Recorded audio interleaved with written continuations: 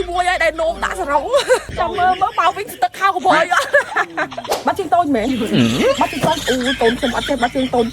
នៅបន្ទប់ទឹកខ្មែរយើងទេលោកខ្ញុំបរៀនកូនណាធ្វើចែម៉ែមកភ័ក្រកាលនេះធ្វើចែកូនពេលទៅដល់ព្រៃទៅឲ្យមើលឡើងណាស្កាត់ណាហើយធ្វើចែកធ្វើចឹងហើយកណាត់ហ្នឹងខំមកយល់អត់ខំហ្នឹងកណាត់ថ្មីទេខំមកចឹងណាកណ្ដាលចាក់ខោណាដាក់ដៃនេះ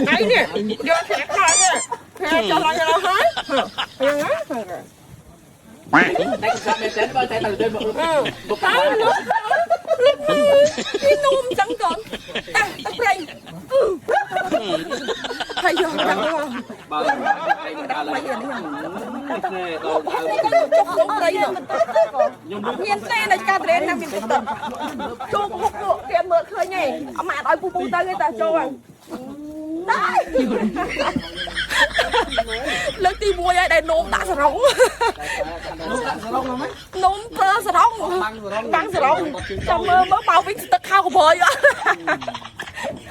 បងប្អូននៅតាមបណ្ដាខេត្តបានយកម្សៅផាត់គូសិនម៉ៃអ៊ីទៅលក់នៅម្សៅផាត់គូសិនម៉ៃអ៊ីកំពុងតែផ្ទុះកំពុងតែប៊ូមហ្មងចំណុចពិសេសម្សៅផាត់គូសិនម៉ៃអ៊ីទិញ1បាន2បានន័យថាក្នុងមួយប្រអប់គឺមាន2ខ្លងចាំយើងប្រើខ្លងធំអស់ហើយយករីភីលរបស់ខ្លងម្សៅយកមកដាក់ចូលនៅថ្មីដដែលមួយខ្លងផាត់បាន3ខែ2ខ្លងផាត់បានកន្លះឆ្នាំពេញតែម្ដងហើយផាត់គូសិនម៉ៃអ៊ីប្រើបានទាំងបូរ៉ោះឧបាផាត់មកឲ្យដឹងតែខ្ចីញញហ្មងអាំងចាំងដូចកញ្ចក់ហើយសាច់ម្សៅស្ដើងស្អាតលើសពីធម្មជាតិស្បែកមុខយើង